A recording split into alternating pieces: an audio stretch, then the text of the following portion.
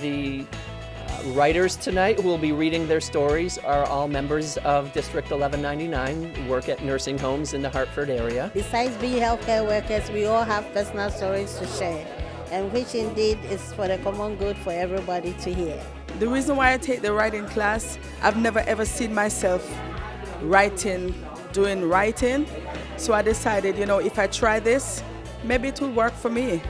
And I'm happy that I did. I wanted to get more knowledge of how to do stories, and I just kind of like keep myself busy and keep my mind occupied, and I just enjoyed going to school and just trying to better myself.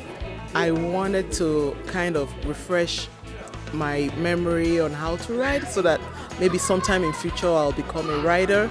English is my second language, so I want to improve in writing by writing. I took the writing class because I wanted, it's called the Kindred Voices, and I wanted to write my own story about the journey I'm taking to further my studies in education. Good evening, and thank you for joining us for a sharing of original works. For the last 10 weeks, I've had the pleasure of working with the women that will be presenting their work this evening. The hallway were decorated with all different kind of pictures of animals, flowers, and words. Words I don't even understand. A portrait of oneself in words can be a challenge. However, doing so to the satisfaction of the reader is rewarding. It was good. I was a little bit nervous at first, but standing in front of the crowd and people accepting it, I felt real good about it.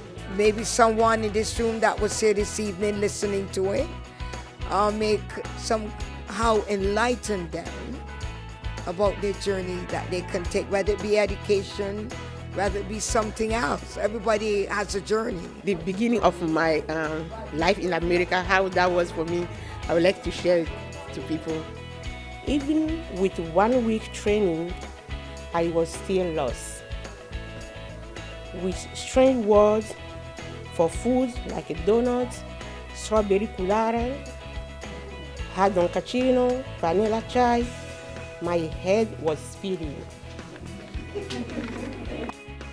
Dear Mother, I'm writing this letter to you just to let you know how much I appreciate and I'm thankful for all the things that you have done for me. I start making plans with my life, hoping that God willing, I will be able to accomplish what I have on my priority list before the day is over. No worries, no regrets. Because it was sort of like a big thing that happened to me in my life. It was really something that I accomplished, and I'm kind of like proud of myself, and I'm still alive. I'm still here, so it was very special to me, so that's why I chose it. The nurses started to hook me up to all sorts of machines. Then a ton of doctors came in the room.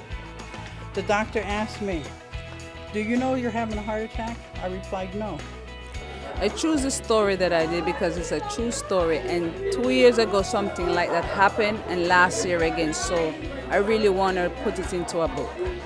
With regrets, my baby was one that I never got to hold or see. All I can think to myself is the man I promised to have and hold was gone while the pain lingers on. When our vows were exchanged, we understood that loving and caring is more than wedding bond, and I already made a promise, but all that is gone too, side by side in silence. My journey to education began on a beautiful spring day. It's like an old Negro song by Jimmy Cliff. I have many rivers to cross, but with each challenge, I shall overcome my fears. Thank you. This was really heartfelt and an amazing group of women who shared some amazing stories with us this evening.